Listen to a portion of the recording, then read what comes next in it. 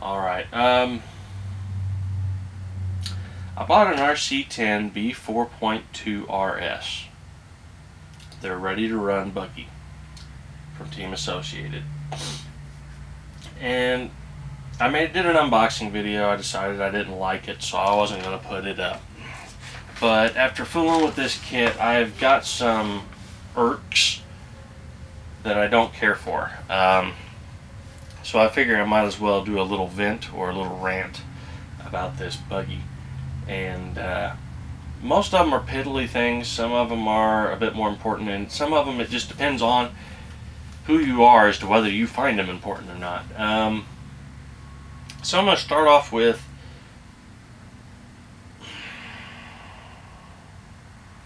the things that bother me about it being a ready to run. I've bought quite a few ready to runs, and hopefully you can tell here this has been mostly took apart already. But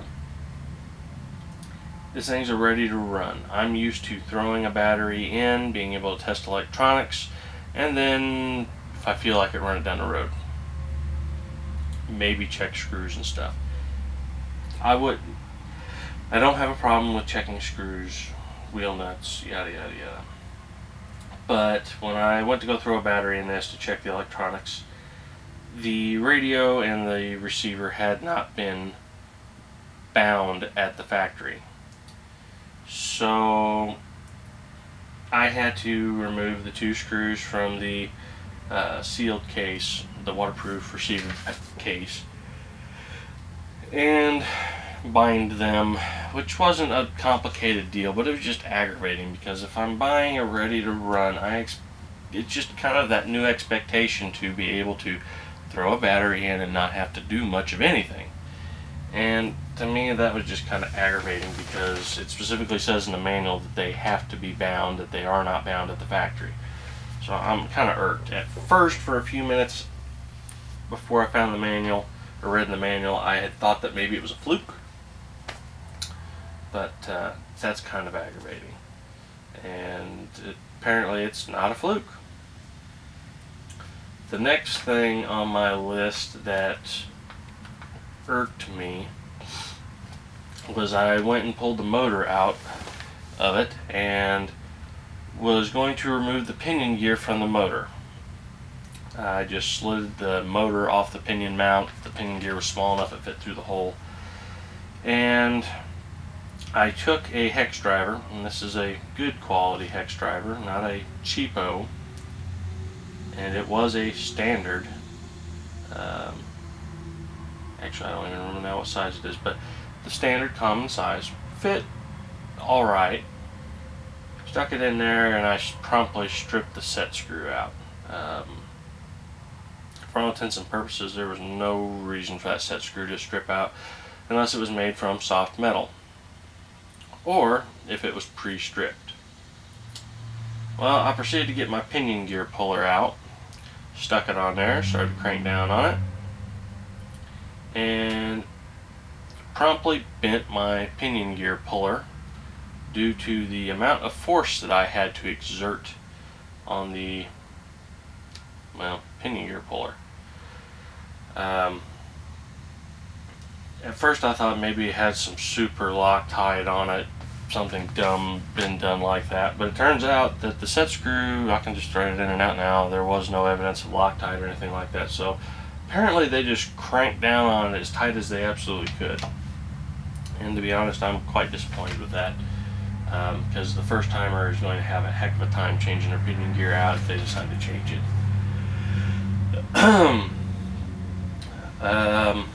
Let's see. Yeah, that was an issue that I didn't really care for. And there was some other little issues that involved the ready to run portion of this, such as the ESC was not stuck to the bottom plate very well. It had double-sided tape on the ESC, and it was stuck well to the ESC, but it was like they just set it in the tub. They didn't actually press it down to get it to adhere well, and that was kind of it wasn't that big a deal, because it did seem to stick pretty well after I did that. The body, on the other hand, the decal here for the windshield, I'll move this out of the way. the protective film here. The front windshield decals, the very bottom corners, and there's a few other decals that did the same thing, they're not stuck.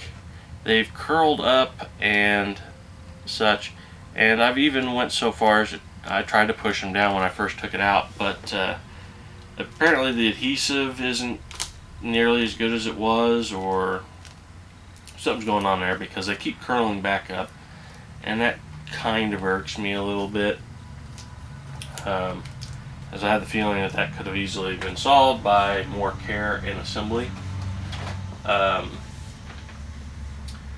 And part of that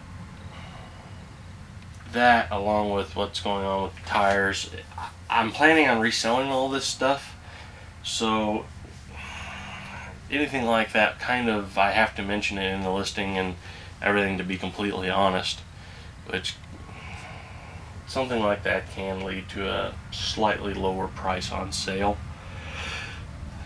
Then we come to the pre-mount tires. I removed them and was looking at them closely, and all of them have blemishes on them where they weren't very careful with the glue. Both the front tires have what look like a big old fingerprint. Hopefully you can see it there next to my thumb. Made out of glue. And the rears, they were more careful with them, but it looks like there's just where they pulled the tip of their gluing machine or pin or whatever the heck it is that they used. There was a little string, and it just flopped down on the front of it and made a little zigzag. It's just kind of irritating. Now for the more important stuff that kind of irks me. The last Team Associated vehicle I had bought, which was quite a while ago,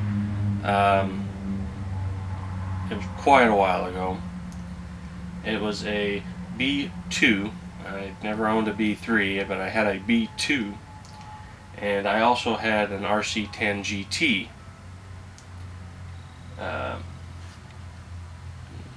But the ball cups on them were extremely tight when you installed them. They were tight enough that they would cause binding. And a lot of people complain about them, and apparently enough people complain about them that Team Associated went in the exact opposite direction now. The ball cups on this thing are so loose that it's not even funny. I would have at one time deemed those junk and ready to be replaced loose. So I'm not sure what the deal is there. Maybe they hold up better now to where there's more, they won't pop off with this much of a looseness, but compared to the old ones, but I don't like it. It takes away a lot of the precision out of it. So I don't like that. Some of the other things going on with the suspension, the front caster blocks, I might have to zoom in, but the front caster blocks, the clearances in the hole, the lower hole on the caster block that the control arm's outer pin goes through, has enough clearance in it that I can actually get about probably a degree or two worth of movement forward and back on that pin, and that's another area I'm not thrilled with, because that means my caster will be changing depending on the load. So I don't really care for that very much, and I'm going to have to resize them and actually shrink them down with the only way I really know to do it is to put a little CA glue in there with the pin soaked in silicone oil and let it set overnight to where the CA glue will set up. But and take up the clearances, but that's the only way I know to do it. And I would much prefer them be too tight than be this loose, because too tight, all I've got to do is take a properly sized bit, or I forget what they call them, but it's basically like a blank reamer or a reamer in that size, and you just run it right through. Problem solved, unless you're a little too feisty with the reamer. But that's a problem.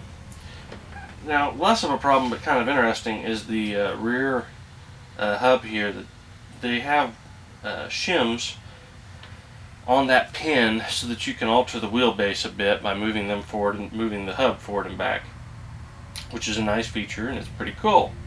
But there's actually enough room on both sides to where I could probably fit another 1mm shim in there.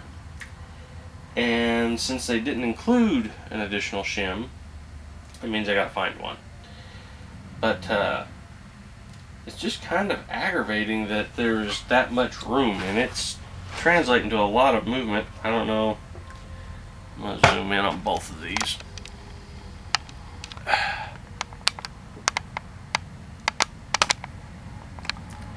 Yeah, hopefully you can see this.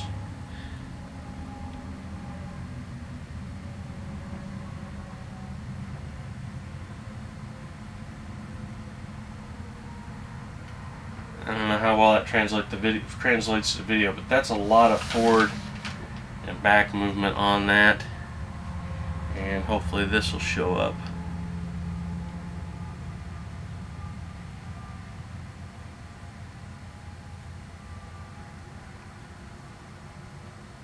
But that's also just, I don't know, it's just silly that those aren't, the clearances aren't better. Like I said, I'd rather them be too tight than too loose, because I can always loosen the remove material. It's hard to add it back. But I think that's pretty much all of my whining and complaining on this car at the moment. I think I got everything covered that I didn't like. Oh, I do have one more piddly thing that I didn't talk to, or I noted in the unboxing that I didn't care for, or I thought was weird. In the packaging, they use zip ties to secure everything. Oh, need to zoom out. There we go. They used zip ties to secure everything. And for the receiver, they used a removable zip tie. Just standard little removable zip tie, nothing fancy. Well, they also secured the chassis with zip ties, and I was actually excited for a moment because I thought all of them were reusable. Flipped it over, was getting ready to remove it, and they weren't reusable. That was frustrating. Because I use reusable zip ties a lot, and they're more expensive than a normal zip tie. But I guess I was just very disappointed because they got me with the radio, and then turns out that none of them were, or only the one was reusable. But I think I'm out of things to whine about. The manuals are pretty good. They all pretty much cover what they need to cover. I think that's about it.